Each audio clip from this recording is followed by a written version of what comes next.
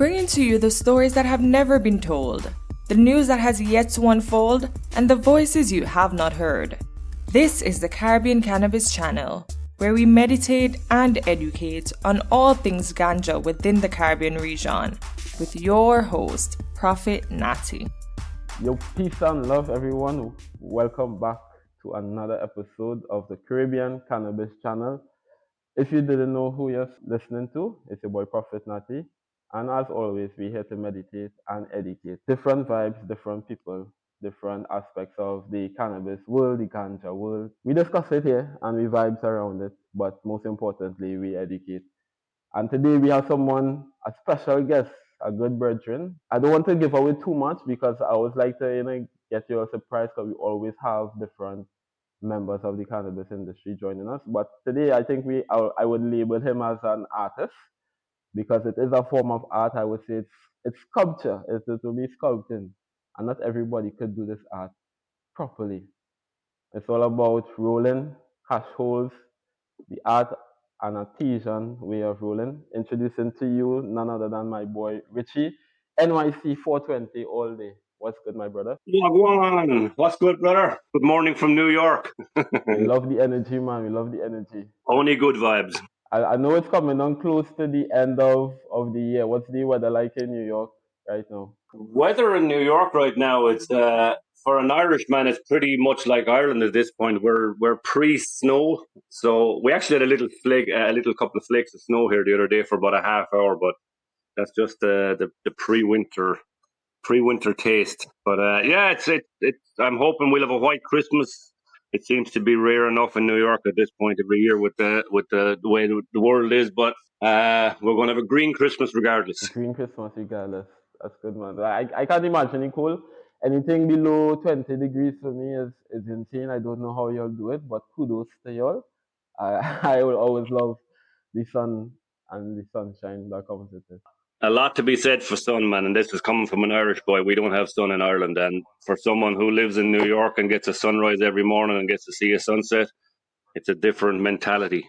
Lovely. So I introduced you as an artist, as a sculptor, as we're going to be speaking about hash holes, we're going to be speaking about joint rolling, and your experience mainly from it, but also the experience of others that you have engaged with. Because from which part we are at in the Caribbean here, what you do is not common. I don't know much persons who do it unless they have been away and they try to bring it back here, but it's not on the scale as how we would be viewing it from YouTube, on Instagram, and these different platforms. So before we jump into it, what exactly is the aspect of joint rolling, primarily hash holes? Like, what is that for those who do not have a clue about it? What I do basically, NYC 420, we're a glass company. We primarily do glass distribution, like glass tips. That's actually how I got into the cannabis industry myself. I started working with glass tips from Cypress Hill, from Be Real. They have a company called Funky Field Tips, and I started collecting the Funky Field Tips, and I got addicted. Basically, got addicted to it, and I had never actually rolled joints prior to that. It was always on bongs and pipes and someone else rolling. So 2018, I started collecting those tips from Be Real, and lo and behold, this many years later, I have probably one of the biggest collections in the world, and that's basically how that was my step into the cannabis industry. Started rolling with the tips, and lo and behold, I'm a professional roller right now. I make my income from rolling for multiple big brands here in New York. I also work with Vibes. Vibes is a rolling paper company that actually Burner from Cookie runs, and we do global distribution for that. So NYC is basically anything under cannabis. We'll have it for you. We'll help you with it, or we'll make you find it. You know what I mean? So basically, we the joints that I make, they run from, let's say, a 1 gram joint with just flour up to like a 1.5, where they might add some hash, like a 0.3 of hash. The majority of my rolls are like a 2 gram of flour with a 0.5 gram of rosin, hash rosin. which then turns into a hash hole. It's basically a little worm that's inside the top of the joint, and when you light it, you see a different experience for someone who hasn't tried it before. Because when you get a hash hole that's done and made right, you get what's called a beautiful donut. It looks like a donut burn. Basically, you'll see the hash inside the joint, and the ash of the weed makes it like a donut shape around the actual hash as it burns inside it. It's a beautiful experience. Yeah, I'm visualizing it right now, and yeah, it's Yes, crazy. yes. I'm getting itchy right now. I want to write one, bro.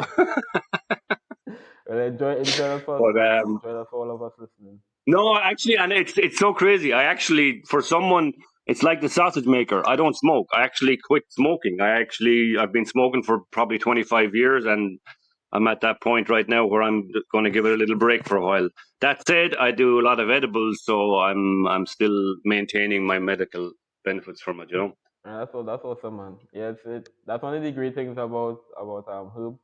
You can use it and consume it in many different ways to achieve different effects. So even if you are just using edibles, you can still benefit from it. If you are a smoker, you still get your benefit from it in a different sense, on a social realm, more cultural realm.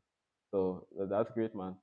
But you touched on something pretty interesting in terms of the not everyone knows the right way to do it, and joint rolling is something that has been very, it's scary for a lot of people who looking at it. So when you first began that aspect of joint rolling, moving from the glass distribution into now physically interacting with the plant, how was the transition like? Was it a easy one to adapt to, or it did take some time to actually find your way around it? In terms of the rolling skills, In terms of both the ruling and even the interaction, now that you're dealing with a different, not some persons will be linked, but still a different aspect of the cannabis industry.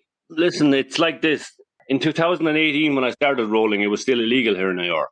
For me to even roll a joint and post it on in social media, we were getting like I have an Instagram account that I personally don't even use anymore. It's a curriculum vitae for me at this point, for just for people when I meet them, because again, legally worldwide, it's globally illegal.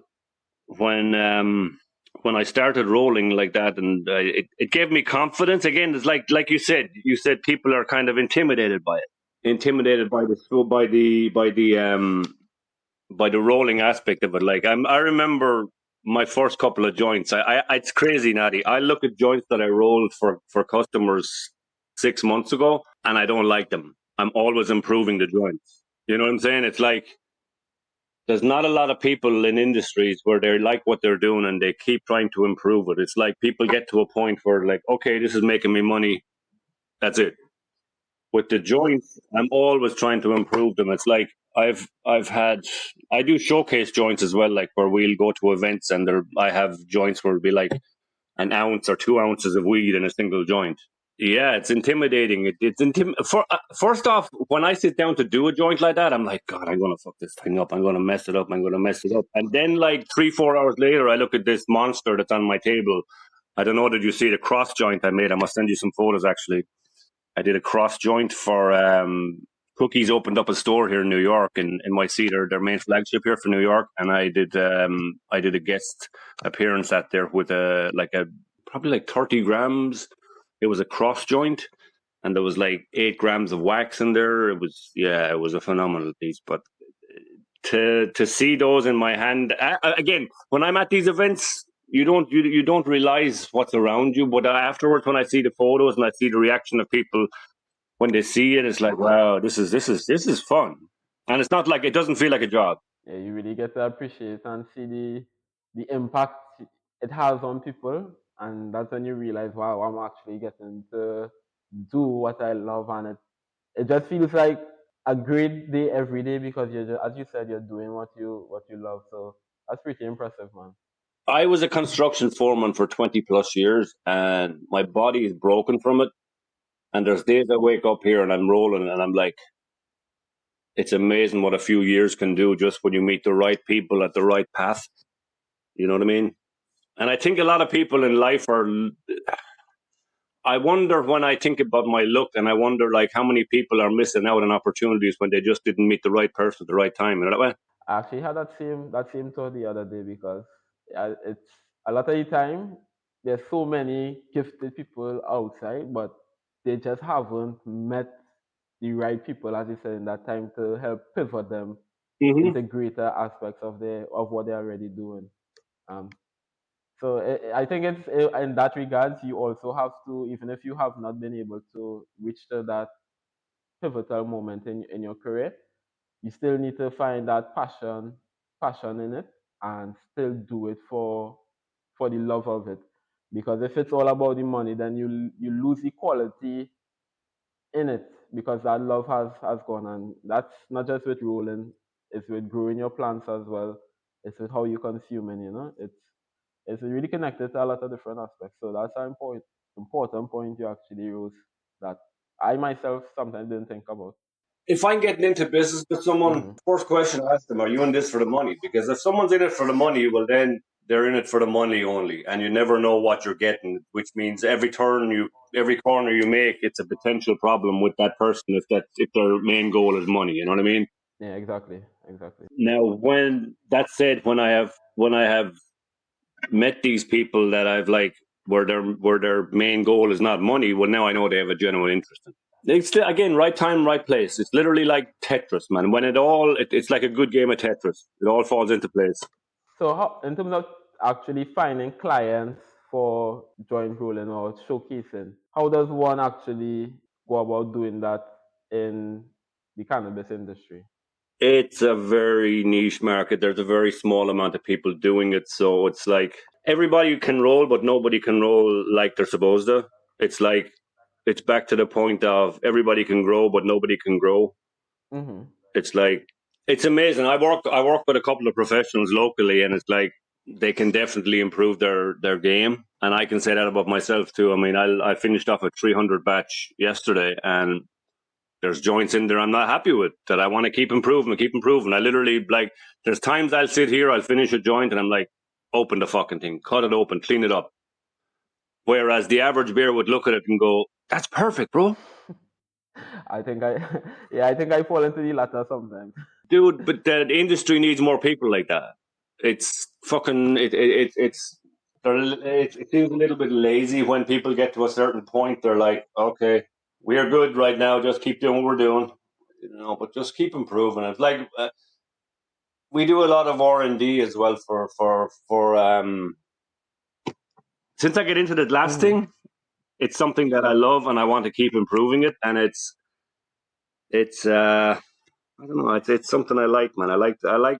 It's crazy. I've given out glass to people, and I have so many pieces of glass, like because I've sold so many of them. But when you meet an individual and you give them one tip, and they're like, "Wow!" and it's like gold to them, man.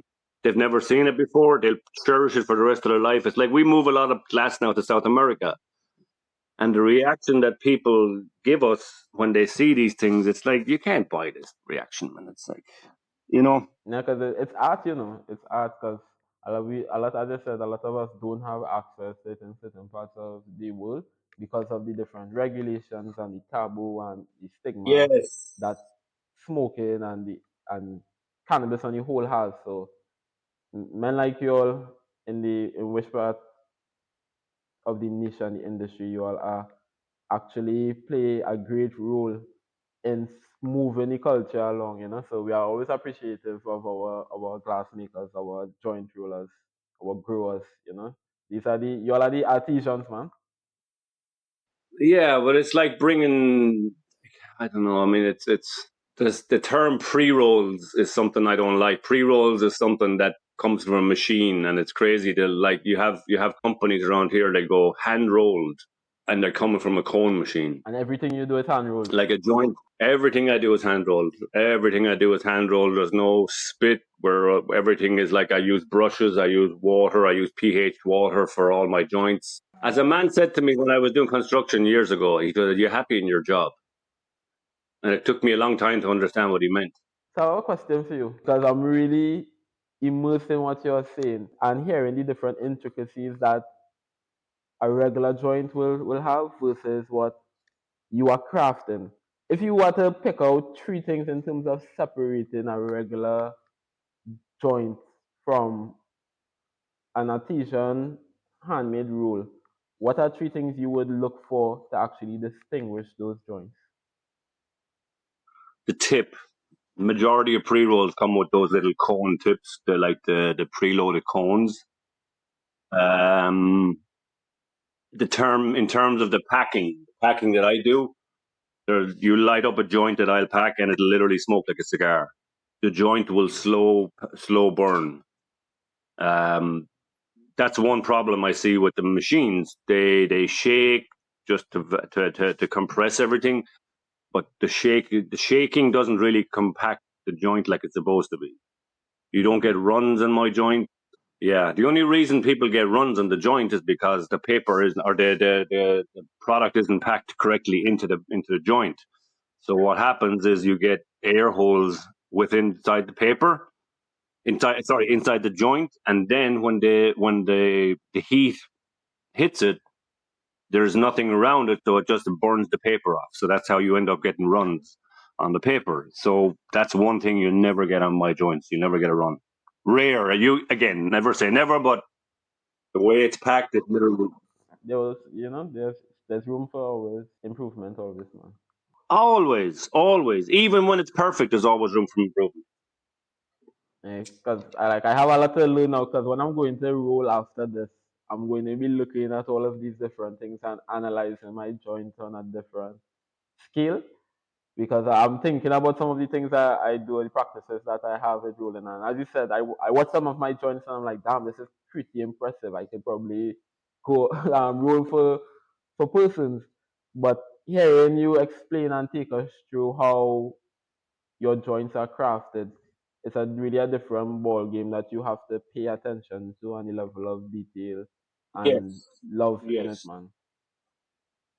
So basically, I'll get like I'll have to weigh out every joint. So from start to finish, I start with my hash. I roll out the zero 0.5 grams and I make them into a little worm.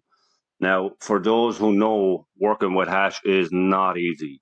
It literally turns into a toffee type caramel if it's not in the right temperatures. So the majority of the time, my wax is inside the freezer. So what I do is I roll out those little worms and then I grind out the weed later after that.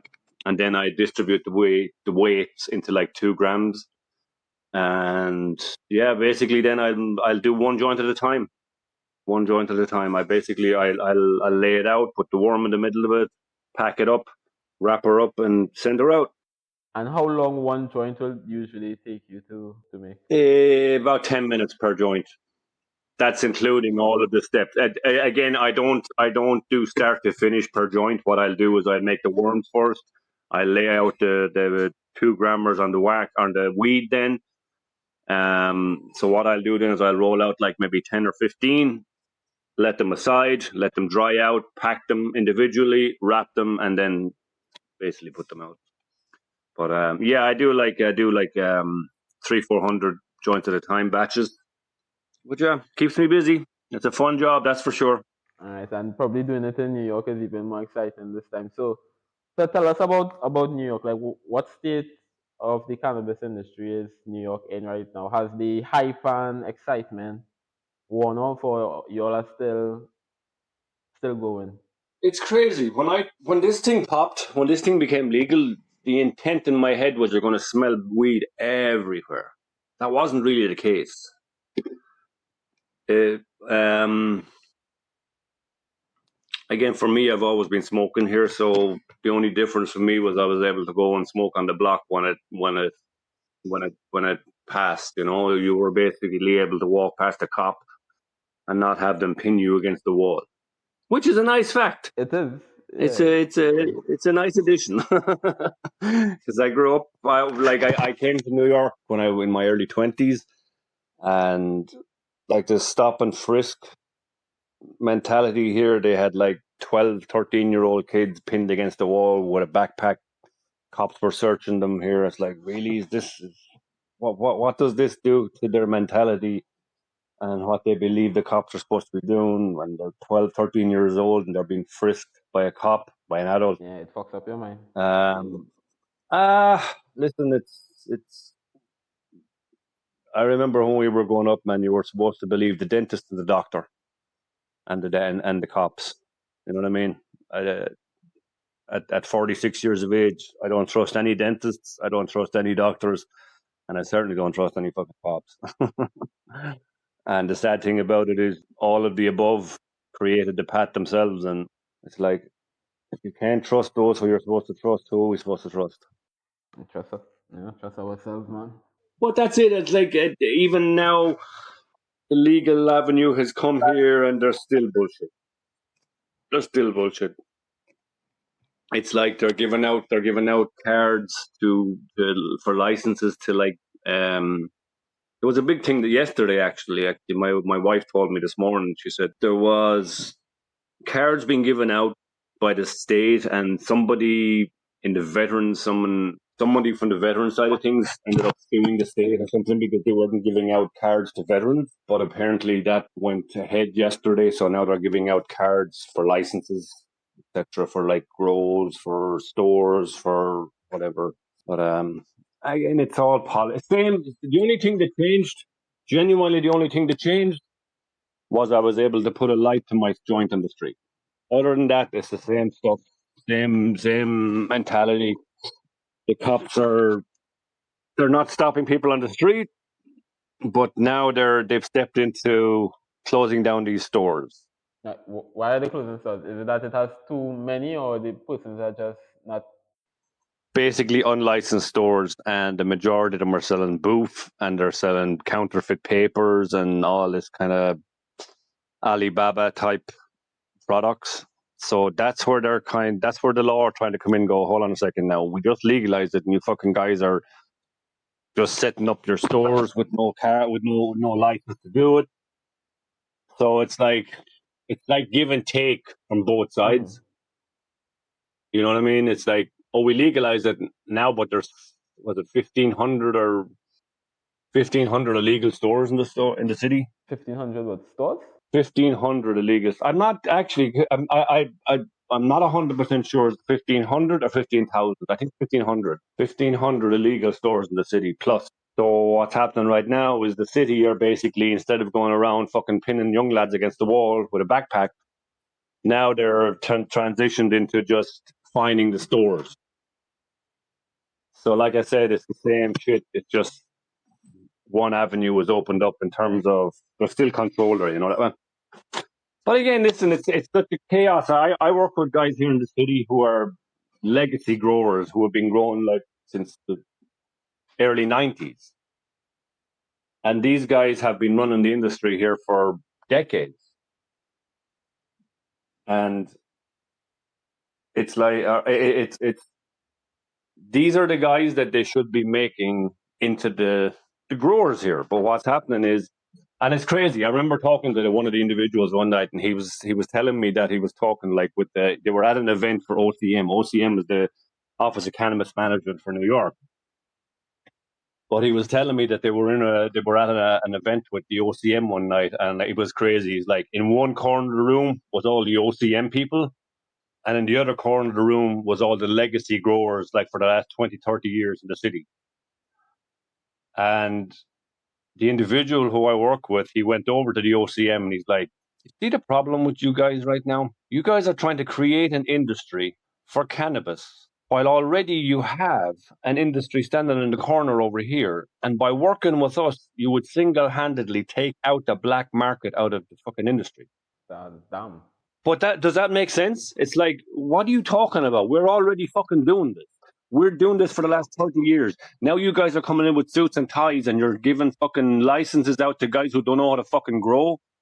And you're giving all these licenses to people who don't, basically, excuse the term, but the chads. This is something they use, like the money comes in, the white money comes in, basically. Yeah, the chads. You know what I'm saying?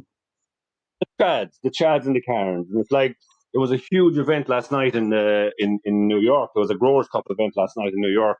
And a friend of mine, he runs it, and they had a full house last night, man, and they had 125 entries from local growers.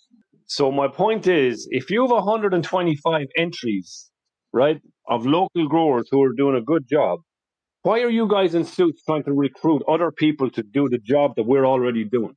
And now you're taking the black market away from us. You're taking the black market label away from us. You know that's a It's yes, politics. it's politics most certainly, and it's sad, because I hear these stories so common, like many different guests that I have had from around the world. It's like the same story that you're hearing, and I think you put it in the best way possible because we already have an industry set up, but you are trying to make a new industry with persons who has not been the foundation or the pillars in the cannabis industry for so many years. Yeah, it's crazy. Bullshit. You know what I'm saying? And meanwhile, there's people here screaming out, audit the OCM, audit the OCM. It's like, where's all this money that they're getting from the state to do this, and then they won't work with us. You know, I mean, it's like one of the head guys from the OCM quit, just basically quit. Leading the OCM, basically, we've never had cannabis legalization here, and your boy quit because he couldn't handle what he was doing. You know what I mean? So now it's in terms of the guys who are running it, they can't even put the fucking right guys in charge. So now you have individuals who can't even run it, and they're trying to dictate the guys who are running it for the last 30 years. You know what I'm saying? It just doesn't make sense in terms of logic with, basic management, business management. If it's not broken, why try and fix it? These guys are doing it. Let them do it. Give them the licenses. Let them thrive. Let them teach. You know, it's like right now, I remember that, like, upstate, all the farmers upstate, they're sitting on weed they can't sell because the fucking OCM won't give licenses out. So basically, an entire year's crop is sitting upstate and they can't sell it. So now, when they get authority to sell it, who's going to buy that? It's fucking old. Common sense ain't that common, Natty. Yeah, it's very surprising. We would think it's common, but Common sense ain't that yeah, a common. lot of people are missing it, man. It's rare. I tell them they have rare sense. Yes, it's no longer common. Yeah.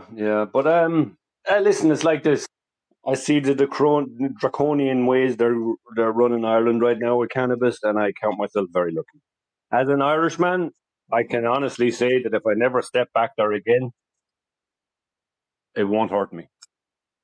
Because honestly, I don't know. It's very embarrassing, man, with the laws there. And it's so crazy. Ireland was such a liberal country, man. They were like, Ireland was one of the first countries in Europe to legalize gay marriage. But on the other side, then they're locking up people for cannabis. By the way, in Ireland right now, Natty, if you and I smoke a joint tonight, all right, we smoke a joint on a Saturday night together, and Natty's going to work next Thursday morning, right? If the law in Ireland pull Natty over and they test you, they can test you for cannabis, arrest you, and fine you for driving for over a week intoxicated. It's so sad out there. Again, Natty smokes on a Saturday. 5-7 days later, they find cannabis in your. Yes, you are fined, and you're charged with DUI for over a week's driving. Are there any like groups or NGOs in Ireland that is pushing for the legalization of cannabis? There isn't even CBD in Ireland, brother. I have CBD stores in Ireland that are crying out they can't get CBD for making teas and making pain relief for people. They can't get CBD in Ireland right now. And for a country of fucking alcoholics, like, you know what I mean? Literally, their Ireland is in the top 5 in the world with alcoholism. Probably that's one of the reasons why money is what moving a lot of aspects of that industry, politics and money. So alcohol feel as though they will I get don't know, it's taken out. stupidity leading it. I think stupidity is leading it, brother. Stupidity is leading it. Because I don't know. Like I said, back to when we were young and you were told, I grew up in a Catholic home, so we were told the doctor, the dentist, the priest, they were always the guys who were right. You know what I mean? It always goes to show how grateful we have to be, those of us who actually can consume or who can access it, even if it's on Yes. a black market level, or you still have to do it low key, so to speak. It's not as strict in many of our countries and territories. So I always give thanks. I always give thanks for that. I mean, Trinidad, which I'm from, they are also lagging behind, and I always say this. Probably in every episode I have said this. Like we are dragging our foot way too much as it comes to taking the next step because we are decriminalized right now. You could possess and you could grow personally, but that just leaves you in a limbo because right, even though you could grow for yourself, there's always going to be a state where you have to source outside if you are not a grower. So where these persons are going to go because they can't sell legally, they could only grow. So again, everybody's in a limbo as it relates to that aspect. And like everything has been signed off, That's the funny thing. The law has been drafted, it has been debated in the parliament, it has been approved at all levels, but no action has been taken officially for 5 years. Honest to God, I'll be honest with you, brother, and this is looking from like a legal slime, but looking in on fucking Ireland right now. The only people debating cannabis is the pro-cannabis people, because everyone else, I think, just ignores it. They, honest to God, ignore it. I see a group of lads in Ireland, and they're pushing their pro-cannabis group in Ireland, and I swear to God, man, I know no word of a lie, but when I see them at these debates and stuff they're doing, and they're talking to people, and I'm like, is there anyone here who's actually interested in what they're talking about? It just seems to be an echo chamber of pro cannabis people, and everyone outside of it is just like it's crazy. My dad is what? He's nearly 80 years of age, right? And we grew up in Ireland with anti-cannabis, anti-cannabis, anti-cannabis. It was the drug that they labeled everyone when the lads were on drugs. Oh, them lads in the village, they're on drugs. What drugs are they on? Oh, I have no idea. All along, it was cannabis. So, and to this day, and I remember he came over here. He was here like about a month and a half ago, and when he saw what I was doing here in terms of growing, and he looked at it, and he was like, I just saw a click in him. He's like, Jesus Christ, this is what we're talking about for the last 50 years. This is why we're targeting lads. And all it was young lads down in the village who decided not to fucking take up the bottle and start drinking and start fucking fighting and causing trouble and breaking windows and all this shit. No, they were there smoking a joint, and you guys all labeled them criminals. So who was wrong? But we know who. And sadly, that mentality is still there. You know what I mean? That is wrong right now. Yeah, that's why we always, the work never ends really and truly. We always have to be pushing and advocating, educating, because although we may be able to enjoy it, there are still many aspects, and even in our own countries, where there's still more freedom to be had. And then from our countries, we also have to provide support to other countries who are looking to make the move, who need that support as well. Because sometimes it's that outside push or that outside support, persons who have been doing it for many years can show you better ways of navigating your own systems as well. So yeah, the work never ends, man. The work never ends within the cannabis industry. But It feels like you're swinging at a fucking ball coming towards you that's going to be a home run, and it's a miss every time. It genuinely feels like that every time. It's like you're swinging a bat at just dead air, you know? And it's crazy. Like I said, for me, it's an echo chamber of just pro cannabis people, and nobody else is listening. And it's like, and the sad thing is, every person who's not listening, they were brought to that mentality because of propaganda. for 100. Mm-hmm. It's like, I don't know, man. I have friends of mine. Like I have a friend of mine who his mother doesn't talk to him anymore because he thinks he put her into psychosis, mental issues. That she claimed that she was bipolar and schizophrenic after smoking cannabis one time with him. You know what I mean? It's like, where did that information come from? Why? How can you? She said this about her own. Like she's like, family and herself were like, oh, he caused that when she was smoking with him. I have no words. Isn't that Yeah, mental though? Isn't that crazy? I have no words when I say And all this. literally something that can help mental issues. You know what I'm saying? That literally, and I remember talking with this guy. I'm like, was was cannabis potentially the item that maybe highlighted an underlying issue rather than creating the issue? Because that's a lot. That's one thing in medical with cannabis that I find. I think cannabis is a tool to highlight issues. Like again, if people have mental issues like that, it's crazy. I've spoken to neurosurgeons about this because I remember years ago I had they did an MRI in my brain and they found a mini stroke and I was curious and I said to them like it's someone has told me that cannabis can affect this. He goes, no, cannabis has good effects on the brain. It doesn't cause this kind of stuff. And again, all came from propaganda. You know, I remember one instance years ago, probably like 10 years ago when we were in the depth of all this. Oh, you're smoking too much. You're going to die from your lung problems. All this, and I'm like, I remember one night I was smoking, and I have asthma.